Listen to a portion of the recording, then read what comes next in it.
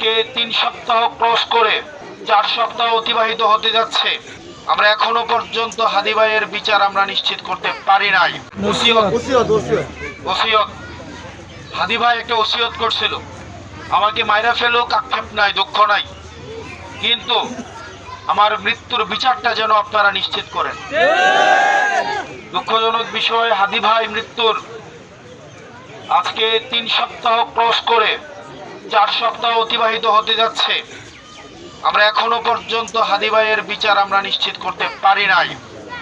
যেসব গোয়েন্দা সংস্থা, সরকারি সংস্থা হাদী ভাইয়ের সাথে, আমরা ফেসিবাদে আমলে দেখেছি, চোখের ইশারায় যদি বিএনপি জামাত প্রোগ্রাম ঘোষণা করতে, চোখের ইশারায় সেখানেও গোয়েন্দারা চলে যাইতো না?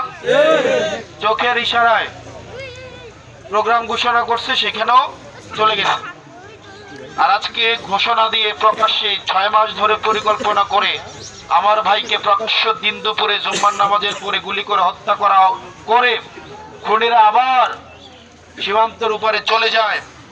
আর আমাদের দেশের গোয়েন্দা সংস্থা, আইন শৃঙ্খলা রক্ষাকারী বাহিনী কোনো ভূমিকা রাখতে পারে না আজকে পর্যন্ত, সেটি আমাদের জন্য লজ্জার। আমি এটাই বলেছিলাম ভারতকে, যে আপনারা আপনাদের দেশের বিচ্ছিন্নতাবাদী, আমাদের দেশের সার্বভৌমত্বকে যারা বিশ্বাস করে না, ভোটাধিকারকে যারা বিশ্বাস করে না, গণতন্ত্রকে যারা বিশ্বাস করে না, তাদেরকে আপনারা ট্রেনিং দিয়ে বাংলাদেশে বিশৃঙ্খলা করার জন্য পাঠান।